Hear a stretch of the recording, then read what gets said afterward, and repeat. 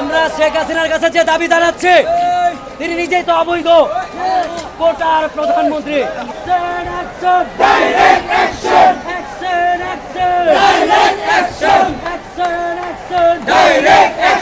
ছাত্র জনতার অ্যাকশন, কৃষক ভাইদের অ্যাকশন, শ্রমিক ভাইদের অ্যাকশন, শিক্ষকদের অ্যাকশন।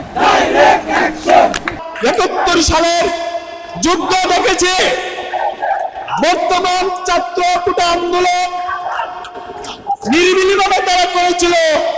একটা রিক্সা কি একটা সাইকেলের হাওয়া পর্যন্ত তারা ছাড়ে নাই। আর ওই নিরীহ ছাত্রদের উপর ভর করে সরকার সারা বাংলার মানুষকে রাজাকারে আখ্যা দিয়েছে।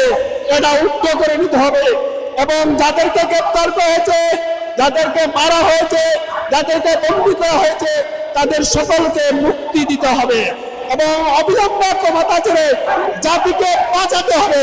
যদি জাতির জন্য তার প্রাণ কাঁদে, না হলে জাতি টেনে হেসড়ে ক্ষমতাতে নামাবে। আমরা শেখ হাসিনার কাছে যে দাবি জানাচ্ছি, তিনি নিজেই তো অবৈধ কোটার প্রধানমন্ত্রী।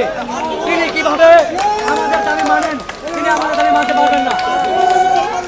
আপনারা জানেন, শেখ হাসিনা এই কোটা ইস্যুটাকে ধামাচাপা দেওয়ার পর ছাত্রদের উপরে বুলডোজার চালাবে, স্টিল রোলার চালাবে, এতে কোনো সন্দেহ নাই। কেউ ভাবে যে কোটা তো মাইনা নিচ্ছে, ঘরে জায়গা।